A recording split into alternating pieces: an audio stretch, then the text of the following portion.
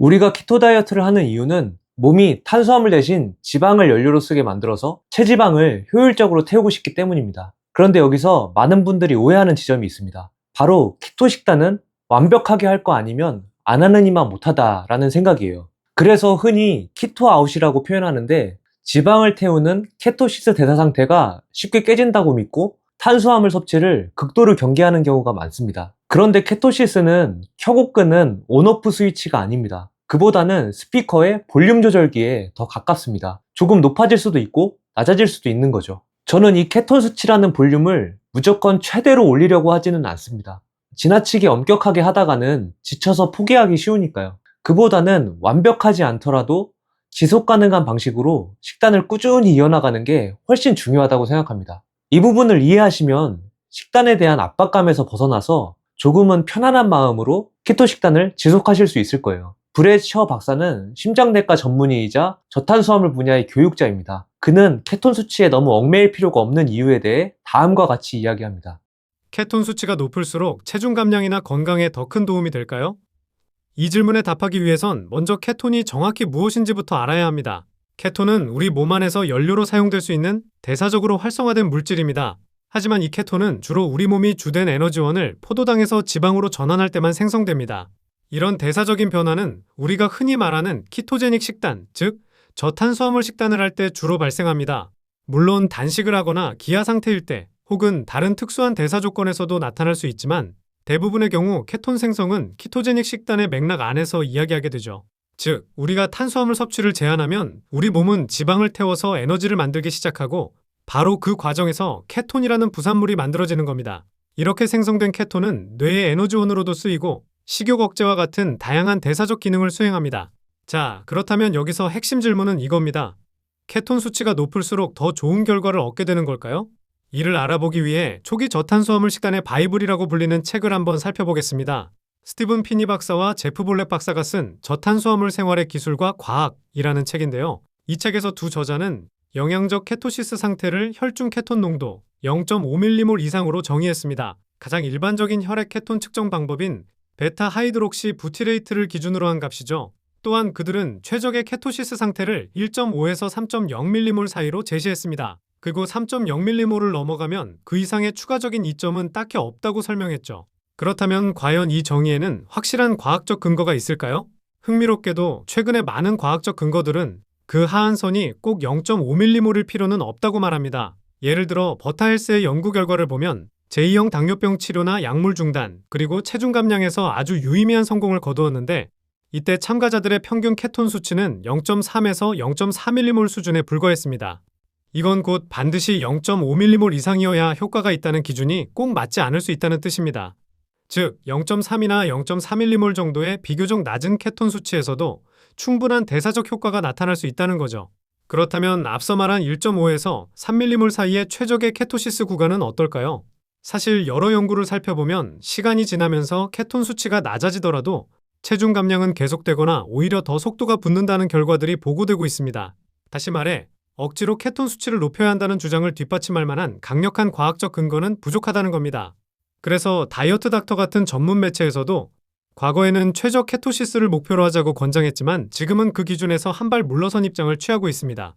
대부분의 사람에게 체중 감량이나 혈당 관리, 혈압 개선 같은 대사 건강을 위해서는 케톤 수치 그 자체가 그렇게 중요하지 않기 때문입니다. 정말 중요한 것은 수치가 아니라 생활 방식입니다.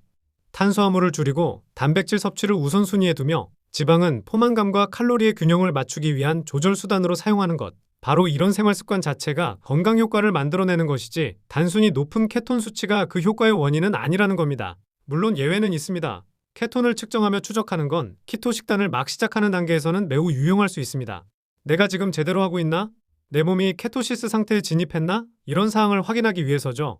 만약 케톤이 전혀 측정되지 않는다면 아직 올바른 키토제닉 식단을 따르고 있지 않을 가능성이 높으니까요. 반대로 케톤이 검출된다면 당신이 하고 있는 식단이 몸에서 잘 작동하고 있다는 긍정적인 신호겠죠. 사람마다 차이가 있어서 어떤 사람은 하루 탄수화물을 75g이나 50g 정도 먹어도 케토시스에 들어가지만 어떤 사람은 20g 이하로 아주 엄격하게 줄여야 할 수도 있습니다. 그래서 시작 단계에서 내 몸의 반응을 확인하는 건 중요합니다. 또 체중 감량을 하다가 정체기에 도달했을 때 내가 여전히 케토시스 상태를 유지하고 있는지 확인하는 용도로도 유용할 수 있습니다. 하지만 일반적인 건강 유지나 체중 감량, 혈당 관리가 목적이라면 수치에 집착할 필요는 없어 보입니다. 다만 몇 가지 특수한 상황에서는 높은 케톤 수치가 의미가 있을 수 있습니다. 예를 들어 간질 발작 치료나 기타 신경학적 질환을 치료하는 경우입니다. 물론 이런 질환은 반드시 의사의 감독하에 진행해야 하지만 이 경우에는 높은 케톤 수치가 분명 도움이 될 수 있습니다. 또한 암치료 연구나 운동 수행 능력, 인지기능 향상 같은 영역에서도 높은 케톤 수치가 긍정적인 영향을 줄 수 있다는 가능성이 제기되고 있습니다. 아직 충분한 과학적 근거가 확립된 건 아니지만 임상 경험과 일부 연구 결과들이 이 가능성을 뒷받침하고 있죠. 치료적 목적으로 이 식단을 하시는 분들에게는 케토시스를 유지하는 게 분명 중요할 수 있습니다.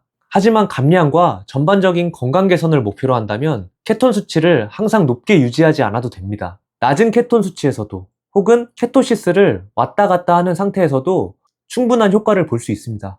저는 개인적으로 하루 70에서 100g 정도의 탄수화물을 먹는 키토식을 하고 있습니다.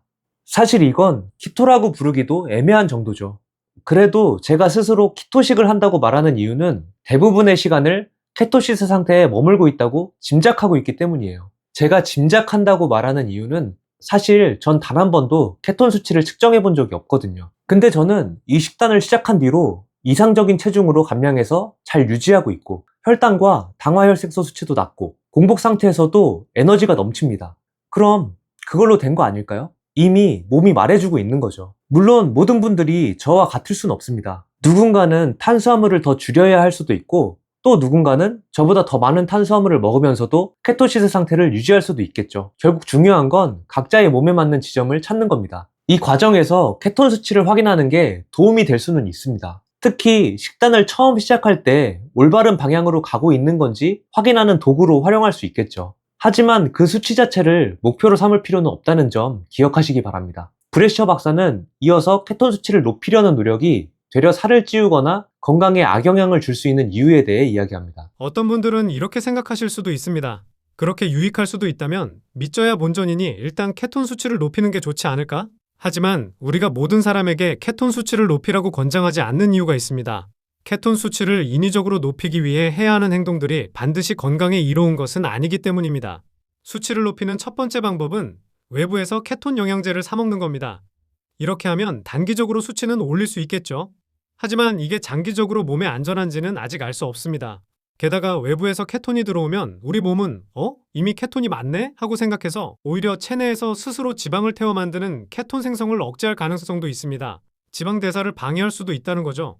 아직 명확한 연구 결과는 없지만 이런 가능성은 충분히 제기되고 있습니다. 게다가 케톤 영양제는 꽤 비쌉니다. 별 효과가 없다면 돈 낭비가 되겠죠. 케톤 수치를 올리는 또 다른 방식은 지방 섭취를 확 늘리는 겁니다. 예를 들어 MCT 오일을 먹거나 버터를 듬뿍 넣은 방탄커피를 마시면 케톤 수치는 확실히 높아집니다. 하지만 이건 역시 항상 좋은 건 아닙니다. 왜냐하면 키토 식단의 가장 큰 장점 중 하나는 자연스러운 칼로리 감소이기 때문입니다. 굳이 애쓰지 않아도 배가 덜 고파서 총 섭취 칼로리가 줄어드는 게 핵심인데 이건 인슐린 수치가 낮아지고 단백질과 식이섬유가 주는 포만감, 그리고 케톤 자체의 식욕 억제 효과 덕분입니다. 그런데 만약 여기에 억지로 불필요한 지방 칼로리를 추가한다면 어떻게 될까요? 그건 오히려 체중 감량 효과를 방해하는 꼴이 됩니다. 그렇다면 지방 섭취량은 어떻게 정해야 할까요? 우리는 지방을 가변적 레버, 즉 상황에 따라 조절하는 도구로 사용하라고 말씀드립니다. 지방은 맛과 포만감을 조절하는 수단으로만 쓰라는 뜻입니다. 이미 식사를 해서 배가 찼고 충분히 만족스럽다면 더 이상 지방을 추가할 필요는 없습니다. 그 이후에 억지로 먹는 지방은 단순히 잉여 열량일 뿐이니까요. 이게 바로 케톤 수치를 억지로 높이려다 생기는 부작용입니다. 그래서 대부분의 사람에게는 나는 올바른 키토제닉 라이프 스타일을 유지하고 있다는 사실 하나면 충분합니다. 그 자체로 체중 감량과 혈당 조절, 전반적인 건강 효과를 얻을 수 있습니다. 물론 앞서 이야기한 신경학적 질환 같은 예외적인 경우라면 높은 수치를 유지하는 게 도움이 되겠죠.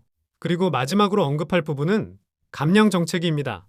다이어트 닥터의 가이드라인에 따르면 체중 정체를 해결하기 위한 18가지 조치 중에서 케톤 수치 높이기는 16번째 정도에 해당합니다. 상위 10위 안에도 들지 못하는 아주 후순위라는 거죠. 정체기를 극복하기 위해 점검해야 할 다른 중요한 요소들이 훨씬 많습니다. 만약 당신이 가이드라인의 모든 항목을 점검하고 실천했는데도 여전히 살이 빠지지 않는다면 그때 최후의 수단으로 케톤 수치를 높이는 시도를 해볼 수는 있을 겁니다. 하지만 이건 어디까지나 일부 사례에 기반한 이야기일 뿐입니다. 결론을 말씀드리자면 높은 케톤 수치가 도움이 되는가라는 질문에 대한 답은 일부에게는 그렇다. 하지만 대부분의 사람에게는 굳이 필요 없다입니다. 높은 케톤 수치가 일반적인 건강이나 체중 감량에 있어서 무조건 더 나은 결과를 보장하는 건 아니라는 점 꼭 기억해 주시길 바랍니다. 브레셔 박사가 언급한 다이어트 닥터의 체중 조절 가이드라인에는 저탄수화물 식단, 가공식품 줄이기, 스트레스 관리, 충분한 수면, 유제품 줄이기, 미네랄 보충, 간헐적 단식 등이 포함되어 있습니다. 새로울 건 전혀 없죠. 즉, 케톤 수치를 높이기 위해 새로운 시도를 하는 것보다 우리가 이미 알면서도 놓치고 있었던 기본적인 생활 습관을 먼저 살피는 게 중요하다는 의미겠죠. 또 그는 케톤 수치를 높이기 위해 지방을 과도하게 섭취하는 것도 문제가 될 수 있다고 지적했는데요. 우리 몸은 케톤을 섭취한 지방으로 만들 수도 있고 몸에 저장되어 있는 체지방으로도 만들 수 있습니다. 우리가 원하는 방향은 당연히 체지방을 쓰는 쪽인데요. 근데 지방을 과도하게 먹으면 결국 체지방을 쓸 기회를 잃게 되겠죠. 결국 케톤 수치를 높이려는 시도가 오히려 감량을 방해할 수도 있다는 겁니다. 다만 브레셔 박사는 케톤 수치를 필요 이상으로 높일 필요는 없다는 것이지 케토시스가 아무 의미가 없다고 말하는 건 아닙니다. 그는 여전히 저탄수화물 식단을 지지하고 키토 식단의 치료적 가치를 연구하고 있는 사람입니다. 여기서 제가 식단 외에 케토시스를 유지하는 데 도움이 되는 몇 가지 팁들을 말씀드리려고 합니다.